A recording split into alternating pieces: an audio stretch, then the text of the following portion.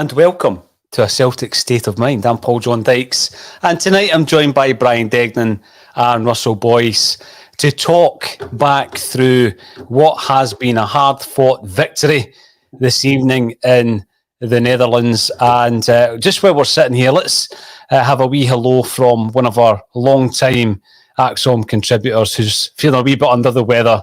It's our very own Kevin Graham. Kevin, did you just want to come in for a wee fist bump and enjoy the moment? Aye, thanks very much. We got away with that one, but it was good. What I'll say is, if we want to play like that at this level in Europe, we've got to buy better or develop better players. But hey, we're in the Europa League draw for the Mora, That's it. And thanks everybody for asking for me. I'm away to sleep. I'm like Tom Rogic, man. I'm absolutely shafted. Hope nobody gets this, man. I really do. Get well soon. There's our COVID sufferer, Kevin Graham, wearing the worst headset ever, as if he's working in a call centre there, Boycey boy. Listen, loads to discuss in that second half. First question I'm going to throw out to you guys. Did AZ Alkmaar tire after 60 minutes? Did they? Is that when Celtic started coming into the game? I'm not sure. Anyway, loads to discuss. First and foremost, Brian Degnan, talk us through that second half performance. Much better managed. I know what Kevin Graham's saying there, but I felt it was much better managed in the second half. Yeah, well, the biggest difference was, and you had mentioned it at half time, it was the midfield. When we changed the midfield, that changed the game.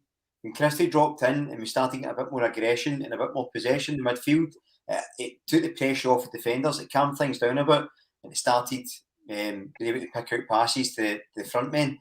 Got to give a wee shout out to Colin, because I did slate him at the start of the show, and he did make a good call about Edward and his hold-up ability, because I thought when Eddie came on, he really done pretty well. I think he looked good, he looked strong. I think added a good dimension, but for me, the big change was in midfield. I say it was totally bypassed in the first half. It invited a lot of pressure. But then when Christie dropped in and replaced Roderick, you got a lot more energy. And I think it made a big difference. Well, you know, when Kevin Graham opens a show, and I know that he is lurking about in the background, he normally opens Scream of Celica with a wee lyric. And I'm going to do the same this evening. No one ever said it was going to be easy. And the lyric was sung by Marquis Smith on the Inspiral Carpet song, I Want You. Russell Boyce, no one ever said it was going to be easy. We certainly did not find that easy. They were a decent side, though. They were a very good side. I mean, I think there was, plenty of warning signs from the first leg as well. To be fair, yeah, I'll give you your due. I thought they maybe did slightly ease off after 60 minutes. But I don't know if it was them tiring or Tom Rogic coming off for us, our player of the season so far. So either way, the game's a bogey for me tonight, Paul, But I thought, we managed it better in the second half. There was still a few moments where, Scott Baines, what's in your mouth and all that. But it was definitely, it was better. I mean, at the end of the day, Ange gets pass marks for me because we got through the tie. We navigated what was, on paper, an extremely difficult tie, and we got through it. End of story. We scored in both legs, home and away. I think it's just when you're playing against that level, I think Kev's touched on it there. I just felt that when you were looking at AZ, I think if they'd played more games this season, they might look at Celtic as a bit the same way we look at Midtjylland and think, see in 10 games' time, if we'd played Celtic home and away, they might feel a lot more confident. I actually think that, the attacking football they play, particularly first half, has suited them down to the ground. And I think we just need, I think we need experience at the back. I know I keep saying that, but I'm not trying to turn it into points I used to make and all that nonsense. I genuinely thought that's what we were crying out for at the back. Martin's Indy. I actually thought, they made clever fouls. Even once he was booked, he made clever fouls, broke up the play, never let us get momentum at any stage in the match. That could be key when you're going to be playing this. You call it Ange ball, I call it mad ball. It's what you're watching is, it's bonkers, but fair play to Ange. At the end of the day, he's got us through what is on paper the hardest team we played this season, 100%.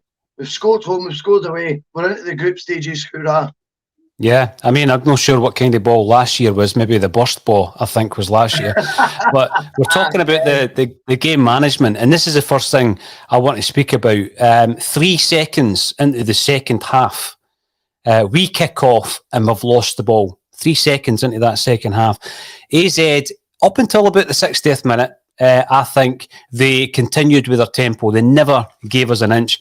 And I think that when you're playing a team, and it's not going to happen too often domestically, but when you're playing a team that plays such a high press and at such a high intensity, you cannot pass the ball about the way we were passing the ball about at the back. There was one occasion where Stephen Welsh gets the ball and he knocks it back into our own box, 12 yards out to Starfelt. Now, we already spoke about this at halftime. Starfelt, I don't think, looks that comfortable when faced with that kind of ball on his feet. I think he looks far more comfortable going for headers and winning tackles. But the ball comes to him 12 yards out. So we've got possession, 12 yards out, and he ends up losing possession. They get a shot, and thankfully it never came to nothing. But that, for me, is a lesson. We've said before, in adversity, you learn a lot more about football teams. And I think we've learned that tonight, Brian. I mean, I think that comes to the personnel more than the sort of the actual game itself. Because I think, Boyce made a good point there. If maybe that was a more experienced centre-half, he maybe would have made the decision just to lump it, or made the decision to make a pass and no make that pass. It's kind of what we say about Joe Hart. It's having that experience of, yes, this is the system we play, this is the way we're going to play, but if you're under too much pressure, it's fine to just lump it. You can do that, you're allowed. So I think maybe an experienced head at the back might have made a different decision there. That being said, we criticise the defence a lot, and rightly so, but they were under intense pressure. And to be fair, Joe Hart came out a couple of saves. We saw it out. We did. And then, I think Ange done the same as he done in the first leg. Towards the end, they sort of dropped a little bit deeper, contained it a little bit more. So these defenders, I mean, Montgomery, I thought was brilliant. I mean, come on. I thought he had a really good game. Listen, Brian, I would give him man of the match. I'd give him man of the match tonight. Under the circumstances, absolutely. I think he had a really, really strong game, and I think, yeah, we can say the decision making wasn't great for the back. That's obvious, and then maybe experience would have helped that. But at the end of the day, they did see it out, and they saw it out as a team. And as I say, I think when we talk about the Ange ball or mad ball or bonkers ball, or whatever we're calling it, Thunderball, if we'd have sat in against Alkmaar, right, and said, right, let's shut up shop and try and sneak it, we'd have still had the same amount of pressure, but we had no outball. So I don't know that it would have made too much of a difference if we'd have sat in or tried to attack. I think they were so relentless in that first half, and we were so bypassed. I think we'd have been absorbing so much pressure we'd have conceded anyway. I think at least we had an outball, especially towards the end of the second half, about the, as you say, Paul, about the 60-odd minute mark. We did play a bit better, and I think that's where, we can be critical about always trying to attack, but sometimes when you sit in too much, you're just inviting that sort of pressure anyway. It's like teams that are going to play us in Scotland, like St Mirren tried to sit in against us and get absolutely scalped. If they try to attack us, they probably get scalped as well. Sometimes you're just up against a better team, and the fact was, I think, Alkmaar are comfortably, like by a good distance, the best team we've played this season. Mm-hmm. And I think Boyce made a good point. Probably if they were 10 games in, it might have been a different result. But the fact is, we've come through that test with a paper-thin squad, with Ange in the door a couple of months. And if you'd have told us at the start of the season when Ange came in, we're going to try and bed in a new team, bed in this attacking football, and we're still going to qualify for the group stage, I think we'd have bit his hand off. I don't think, no, see like the ways of football, like, not in a bad way, I don't think there's like, it has to be all-out attack or it has to be camped in either. There's many ways to skin a cat. Yeah, and that's what I think he did towards the end of it. I think towards the end, he sort of, you can see the all dropped in narrower. What I'm saying though is, like, there was at one point 5 minutes to go, McGregor gets the ball just inside his own, just inside the centre circle, and he's trying to play a big, glorious through ball that was unlikely, to be frank, to come off. But he's not really under pressure either at that point either. And I just feel at that point, are we learning, quick enough on, on the job almost? You're looking at this, the way the match is going, the amount of time left, what's at stake. And then again, another example of it where, I just feel needs must sometimes was there's a square ball played within our own box by Joe Hart from a goal kick to Starfelt, who you've already highlighted, Paul, is uncomfortable and looked to anyone watching kind of uncomfortable with getting these sort of passes. Yeah, again, I think it was in the last 10 minutes of the match. There's a square ball played, even later maybe than that, a square ball played from a goal kick inside our own box, and we gave the ball away within 2 passes of trying to get out of that. And I just think your earlier point on it, Russell, though, about experience, like, I think, because you're spotting with the Cal McGregor thing, he should have known to not make that pass. So I think Postecoglou showed good game management for me because he changed a wee bit and tried to get it to sit back. He changed the formation slightly. He made subs at the right times. But it still comes down to the players to make these decisions, to not make those dangerous passes, to take the initiative, to say, right, I know we're trying to play out, but let's go safety first. So I think you're right. I think Postecoglou sets up a certain way, but it still has to come down to the players, to analyse the situation and know this is a crazy pass to make. Let's just lump it and be safe. And I think that will come over time, because remember as well, he's not been in charge a couple of months. It's going to take a bit of time. Well, that's the point that's coming in from Calm, Relaxed Life, which was anything but the way that we felt in that second half. Outstanding result, given where we were just a few weeks ago. And if you were to look back at the post-match after the game and the defeat against Hearts at Tynecastle, we were at that stage following quite closely after the Midtjylland shenanigans and also the West Ham game, which, although it was a friendly, they embarrassed us that day. And we spoke about the need for more players to be in at that stage. All these games down the line, we have qualified, and we've qualified against a very good side, Brian, like you say, a very good side. And I think that when we look back on that result, tomorrow's going to be great when you find out who's in your group and everything else. When we look back on that result, I think we will realise, given the circumstances, just how pivotal that was. And again, even though we were under the cosh, because, they played such a high press and they've done it so well. They've got some right good players. We came through it. So again, that feeds into the momentum, Boyce, that you were talking about, at half-time, when, you come through that having not been at your best, having had a couple of kind of poorer performances. And I want to talk about Starfelt. And I'm not going to say Hart was a poor performance, but I've got a theory on that as well. Then surely that feeds into the momentum and the confidence going into this weekend's game as well, Russell. Totally. There was 2 sides to it. Obviously, if we'd actually picked up a victory tonight, albeit we still went through the exact same as what we have tonight, getting through was the key. But if you get the victory, I think you go in with more swagger. What I felt, if I'm being completely honest, was I felt there was a couple of weaknesses exposed, maybe, before the event. I would have liked to have played the second leg against AZ next Thursday. And went to Ibrox on Sunday before that. I thought there was a couple of things where, they'll be watching that and thinking they can be got at. The 6-0s maybe have been a bit daunting. And then they'll have seen the other side of Celtic tonight and thought, yes, they got through, fair enough. And the second half performance was an improvement. But I think definitely there was a few weaknesses exposed. You talk about Joe Hart's performance. I thought there was a couple of good saves. You're saying you've got a theory on it. My theory on Hart would be his decision making as to when to come out and when not to looks to be a bit flawed. We spoke about it at half time that there's a couple of instances now where he looks like he's been hesitant. And then, of course, what does he do the second half? He obviously watches ACSOM. He comes flying out to a ball that he had absolutely no chance against. And by doing so, again, ended up sort of dashing about his box in an unnatural position, making, made a save at the edge of his 6-yard box almost by the end of it with the side of his arm, and you're thinking that was going for a ball you realistically was covered at the very least, by centre half. So I couldn't really understand that. And then that makes you then, when you flip it, you look at the first goal and you go, what on earth? Like, where was that urgency then? So that was the 2 sides to him. But you've got to say as well, couple of the saves he made were outstanding. I think when you watch the highlights reel of that match back, you'll think Joe Hart had a better game than what perhaps that first goal kind of like plays in your mind, you know what I mean, and makes you think, well, That was the thing that I always take from Alan Morrison, who does the stats, Celtic by numbers, is that you remember the moments rather than the entire performance. And it's only sometimes when you go back, you remove the emotion from it, Brian, you can watch a game with a fresh set of eyes and say, well, actually, performance-wise, over the 90-odd minutes, pass marks and some.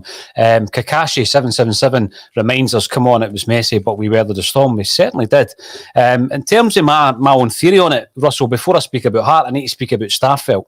I do have some concerns about him. Now, I know that actually in the last 3 minutes of the game, he made 2 commanding pieces of defensive clearance work, play, whatever you want to call it. There was an interception, there was a header, and I thought he'd done really, really well with that.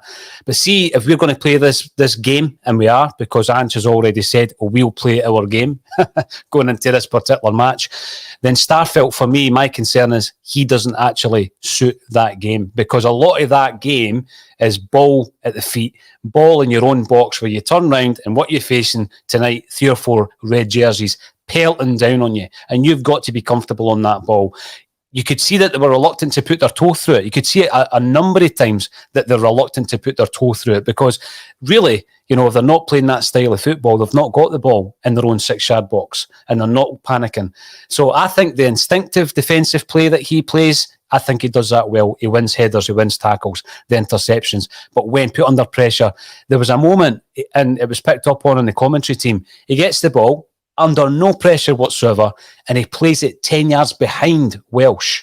He played it behind Welsh, which means Welsh is now facing his own goalkeeper and he's under pressure. And we eventually lost possession as a result of that. So that is a massive concern. I'm not convinced after 8 games, I'm not convinced with Carl Starfelt, Brian. What's your thoughts on that? Yeah, can I agree? I think he's a strange egg, Carl Starfelt, because I feel like if games are 2 hours long, he'd grow into it, and that last hour of the game he'd be pretty good, because he never seems to start any game well. Like, he always looks really daunted until it gets to kind of half time or second half, because even this game tonight, he did a pretty decent second half by all accounts, whereas I thought he was pretty poor in the first half. So I don't know, maybe he's taking a bit of time to acclimatise to the system. I don't know if, maybe it's just the way he's a player. I don't know, but you're right, because when it's very extremes, because he looks lost and nervous with the ball, or he looks really commanding and aggressive winning tackles. So jury's out on him for the moment. I think I'd said before we were talking about him, there's not been a game yet where I went, Starfelt done well. But I've also not really thought he's been a bomb scare either. So again, I think he would benefit from having someone else there. I think that's why we need another centre half, because maybe if he was out the team, he could get a bit of rest, refocus, retrain, come back in. That might suit him better. I think there's a lot of pressure on him just now. Stephen Welsh done pretty well tonight. First half aside with his mistake. Ralston again was, wasn't brilliant, but what he was doing was putting his body in the line, and he was really, there you go, Braveheart. He was charging at tackles. He was brave. He was strong. He was aggressive, and I thought he showed a lot of character as well. So still loads of positives. Although we lost the game tonight, we're looking good. And just to pick up on something boys said quickly, they're talking about if Rangers saw this game tonight, they'd see weaknesses. Well, if we saw their game earlier, I don't think we've anything to be scared of. They really struggled to score against 10 men, and again, a very poor 10 men. Whereas we've played a very, very good side and come through it despite the pressure. Over 2 legs beat them. So there's 2 ways of looking at that. I think anyone could say to any team, the way to get at Celtic is attack their fullbacks and try and do a high press on them. But it's whether they're capable or not. I don't think it's difficult to see where the weaknesses are. But I think to execute them, if we play our game, I think it's hard to stop us. That's the difference, Brian, isn't it? I mean, even if you know that is what AZ done well tonight, how many teams in Scotland can do that to Celtic? And that's the difference. And then obviously when it comes to us breaking and us attacking, you've seen how good we've done that. Now, with regards to the comments, I'm going to dip in and out of the comment section. We've got Joe Millen saying it was never in any doubt, which is why I hid in the kitchen for the last 5 minutes. Absolutely. And Toby T, 1967, we dug that one out. I'll tell you what, we did that a couple of times with Brendan Rodgers in the qualifiers. The Champions League group stages or the Europa League group stages, that's where it gets to the nitty-gritty, where you're in there and there's some big names and that kind of thing. But you often have to look back and say, well, we scraped through You know, and if we scrape through, great, because you just want to be in the promised land, don't you? And I understand I wasn't keeping an eye on other results that were ongoing during that, but I think St Johnstone and Aberdeen both were knocked out, weren't they? So it's only Celtic and Rangers, both in the Europa League group stages, going into the latter stages of Europe. And Gary Murphy, 7, Starfelt, brutal first half, commanding second half. Not the first time we've seen that either, Brian, so it's not a bad point. You know, he does seem to come into the game. My biggest concern, I feel, is we're kind of holding off for Julien to get fit. You know, now we've mentioned this before, Boise, and we've had a lot of people with a far better knowledge than me on Irish football saying that, you know, Liam Scales is an excellent player. He can play centre half, he can play left back. But I just think that's not the type we're looking for. Now, this takes me into and I don't mean don't sign him. Absolutely sign him. You know, he's got the potential. I'm saying he's a project signing because I don't think he's going to get thrown right into the first team. But I don't think Hart, going back to that point you made, Boyce, when he comes right out to the edge of his box to try and punch it, but it was never on and he was never going to win it. That's because he didn't believe his centre-halves were going to actually clear that out. And that's a concern for me because that takes me into the realms of Joe Hart doing things that ordinarily, if he was confident with his centre-halves, he wouldn't do. Well, we spent £4 million on one defender, Carl Starfelt. We spent, I think, just 2.5 on Juranovic, but that was only in the past week. The centre-back was obviously seen as a priority.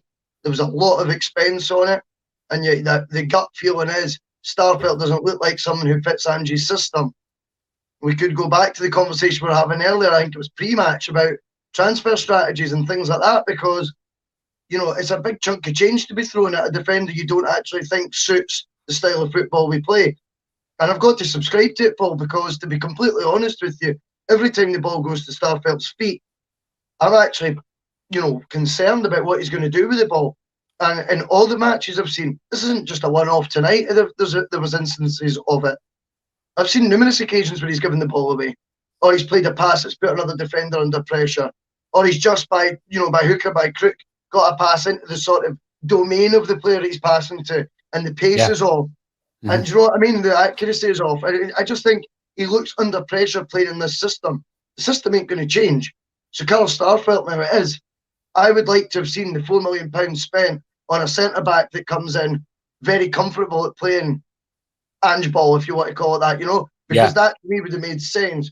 With Julien then coming back in, Welsh as your backup or whatever, and then perhaps even still, you know, someone with experience as well to be there in the mix.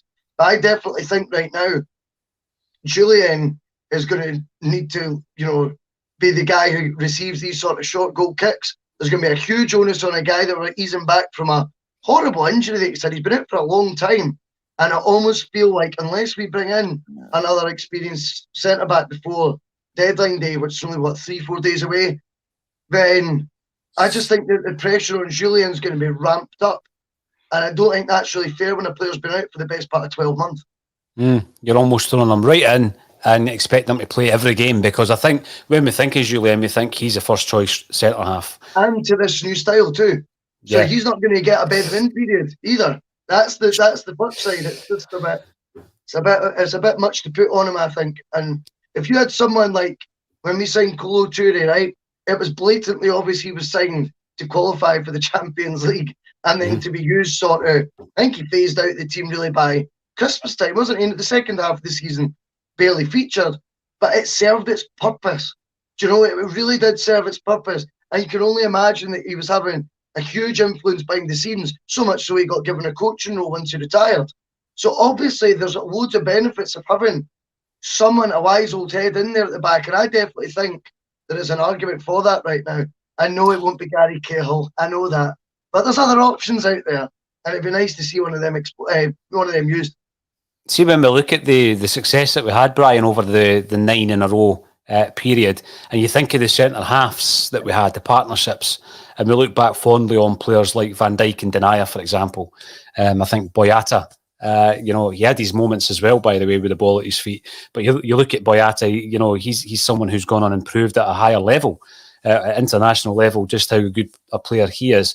I think that's something that's missing, but it's been missing for a wee while. Some people said that Julian and I had a decent enough partnership. But obviously that seemed to have been broken up somewhat with injury. We basically are now looking for a new partnership. Is it going to be Starfelt and Julian? Is it going to be Julian and Welsh? Is it going to be Julian and A and other? It's still a conundrum for Ange to solve. And I think tonight it is a slight concern, but I don't want it all to be concerning. Paul Brady comes in. Who would have predicted a couple of months ago we would have made Europa League qualification against a decent team like AZ, or is it AZ? Well done, Ange and the boys. Absolutely. Don't take away from the fact that this is a cracking result. I mean, I was screaming at full time there. Brilliant. Yeah. Great to be back into that level rather than deeply disappointed with the results that we were getting like last season. But we need to also talk about the fact that Greg Taylor, he fell pretty badly. It looked pretty innocuous. He falls, he injures himself, tries to play on. It's almost as if it's dislocated. You could actually hear him saying it's gone again. You could hear him saying it on the sidelines. So there is a potential that Greg Taylor's going to be out for the game against Rangers on Sunday. Now, obviously, we brought in a new right back to cover that area. Now, Brian, it takes us to that dilemma that we spoke about. At the moment, it looks as though we're pretty well covered at left back until we get an injury, and the injury has happened. Now, for me, Montgomery was I thought, excellent under the circumstances. He's thrown in.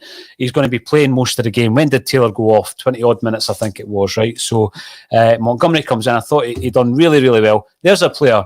There's a boy who's comfortable with the ball at his feet, without a shadow of a doubt. So going into the Rangers game, in the past, there have been occasions where a young player who's been introduced into the team is thrown in against Rangers. And it's a difficult one. You know, we've seen it last season with Stephen Welsh. He came through that. It was a bad performance by the team. Do you think that you've got enough confidence that Montgomery will start against Rangers on Sunday? Because after tonight's performance, I'd be quite happy with that. See, even if he hadn't played tonight, if he didn't come on tonight, I would still think he would start because I think he's a better bet than Bolingoli. And if we're honest, it's more out of necessity than desire. But I think he'll play. I think he'll acquit himself well. He's comfortable on the ball. He seems to work well in this sort of system.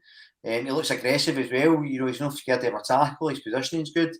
I wouldn't have any fear, if I'm honest, playing him in. I think Greg Taylor gives you a bit more experience. And obviously, he's a decent passer of the ball. He's not a great crosser. He's a good passer. But I would have no hesitation putting Montgomery in. I think we've got more than enough in the team. Around the rest of the team, we don't have to worry. But it does highlight what we keep saying. And it's no disrespect to Greg Taylor or Montgomery, but we need a left back. And like you, Paul, the boy Scales, like I've not seen much of him, a couple of YouTube clips. But unless he's head and shoulders better than Taylor, we shouldn't be signing him. Unless he's head and shoulders better than Starfelt or Welsh, he shouldn't be coming in the centre half either. We should only be spending money on people at the moment, in my opinion, getting bodies in that are better than what we have, and I'm not sure he is. So I still think even if he comes in, we need a left back. I just don't see the club when you've got Taylor, Scales, Montgomery, and Bolingoli sanctioning a move for another left back. I also don't know they're going to spend any money in a centre half. I think it'll be a loan deal probably. But like Russell said, actually, a loan deal for a kind of older head might not be the worst idea.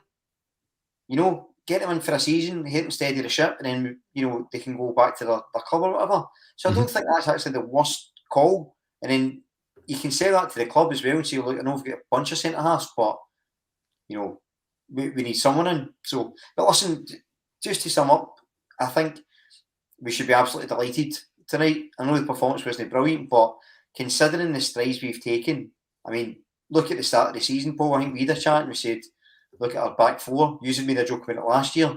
We got into Champions League qualifiers with a back four of Beaton, Welsh, Ralston, Taylor.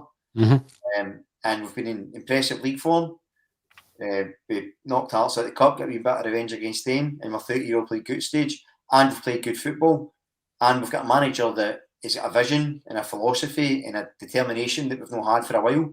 So I think it's very early days. And yeah, there's still things in the team that need to be fixed. But imagine how we'll be in 4 months of playing this way. Or 8 months, or a year, or 2 years. I think the future's bright. Certainly no orange, but the future's bright. I think there's a lot of special times ahead. And I think this is a brilliant result. And I think we need to celebrate it and give credit where it's due. Yeah, and another thing I would say is, we're talking about this time last year. This time last year, we'd brought in a lot of players and we hadn't really seen any of them flourish. I mean, it took a wee while before Turnbull comes into the team and he shows what he can do. Now, I think that although we've had some words to say about Starfelt, you can look upon the signings of Hart, Abada, Kyogo as being successes, So that's another positive. We've brought in new players into the side, Boise, and they've actually hit the ground running and they've made a huge positive impact. Kyogo's goal tonight, we barely mentioned it. That for me, that's such an important goal. And we look back on that goal, and the pass from Abada first half, that was crucial, and it'll be crucial to this season. I just want to give a big shout out to Sean Mayer, watching from Australia, 6 a.m. Good man, Sean, and I hope you have enjoyed tonight. We do obviously talk about the positives and the negatives. We're all absolutely delighted that we managed to get the result. But before we go, I think we want to also speak, Russell, because we did talk about these two guys during the weekend before the game, Ryan Christie. And Michael McKernan now believes that Christie will stay. Another lung-bursting performance by Ryan Christie. There was a moment, I think it was actually into the injury time, where he's chasing down a ball up at the right corner flag. Mm-hmm. The next time you see him, and I'm talking 30 seconds later, he's on the left-hand side winning a shy. I mean, the engine that Ryan Christie has, the dedication, the application, sometimes it goes a wee bit unnoticed. I mean, I'm championing Montgomery, but you could probably say, if you were really to analyse Christie's performance tonight as well, Russell, he was one of the best performers. Oh, absolutely. I mean, he's just in a rich vein of form, full stop. As you say, he could play 90 minutes if there was extra time. He had no hesitation. He would feature for the full half-hour extra time if it went that far. With regards to the new deal, I mean, it's one of those points that we've exhausted. I think, it's like the more he plays like this, the harder it's going to be for Celtic to let him go and have a good case for it. Do you know what I mean? Because fans, like we were speaking about earlier, we are very much, your opinions are contrived by what you're watching on the pitch at that period, in that period of time. And right now, losing Christie looks like just an absolute no-no. Whereas at the start of the summer, if you sell Christie, come ça. That's about what it's mad. How does that happen? Do you know what I mean? So quickly. And yet it does feel like that. And I'm firmly on that bus as well. I would get Ryan Christie signed up. And I think there was a point made, was it JP the day was saying, just do what you did with Stuart Armstrong. Clearly his head's turned slightly, but say, extend it by 20 months, whatever it is, to the end of next season. But we'll sell you next summer, but at least build your stock up again. Get your profile back to where it should be for a player of your quality. Make an impact this year. Get us in the Champions League. And then you'll have another decision to make. But then, obviously, come next summer, hopefully the suitors that are showing an interest in you are of Christie's interest, pique his interest, and secondly, actually give us the sort of longer we think that we should be getting for a player of his ability, because right now you're watching a valuation that's teetering away to nothing. Fine well. To me now, it makes more sense to keep him till January. If his contract ends in December or January, is it? January. It's bizarre. But I would say now it makes more sense for what he can bring to the table on the pitch to just keep him either way till then. And then obviously over that period of time, you can gauge whether he wants to stay, whether he doesn't. If he doesn't, use that time to find an adequate replacement. Not just someone we've thought of this summer. There's someone we can actually sit down and take time to analyse and get the perfect replacement in for. And then, wish him well in January. Otherwise, of course, you've got the 3-4 months to keep nibbling at his ear, you know what I mean? Bit affectionate, but you know what I mean? Easy, I don't know what they said. I don't know what they say. Yeah, you just keep making these things up, and I love it. Yeah, absolutely. Stephen James, great to hear from you, Stephen. Hail, guys. Good show. And we're reminded by Snowman that the match actually started at 4:15 a.m. Oz time. Well, thank you, everybody who's in Australia tuning in. Are you tuning in to a Celtic State of Mind? Just one wee point, and this is something that was raised by Brian some time ago, and I like it. I like the way that he looks at this. If you are watching this show and you think we've been negative all day, I think you're focusing on the negatives yourself, because we haven't been negative. However, when you come through something like tonight, and by the way, we're on a wave of optimism and positivity here at ACSOM, then you've got to also look, because now is the time to then look at any deficiencies and get them sorted out. We want to do as well as we possibly can in the group stages. There were moments tonight that were really, really poor in terms of the defending. I mean, the 2 goals we conceded, just have a look at the 2 goals and ask yourself, were they well defended? Should we just ignore them? Absolutely no. On both counts. But there's plenty of positivity tonight. I'm delighted. I'm looking forward to the draw tomorrow. We'll be back at 12:30 tomorrow. And if you haven't done so already, get subscribing on ACSOM on YouTube. There's a lot of great things happening. You know, we've got a wee list of awards on the right-hand side there. We won the Best Football Podcast in 2018. We were finalists in 2020, the Best International, and we're up for another 3. We're up for a treble, which means the ACSOM team will finally have that night out together, and it will be down in London, and we're taking bets on who will be getting thrown off the train, who will be getting thrown out the venue. Russell Boyce has got his own thoughts on that. We'll all be on our best behaviour, and we're really looking forward to it. And Jungle Lion, for your information, has given us permission to use his Celtic man cave for a live bulletin the next time we're in Ireland, so we will be paying him a visit. I hope you enjoyed the show. Please join us tomorrow and we'll find out who we've got in the group stages. Thank you for tuning in to our Celtic State of Mind.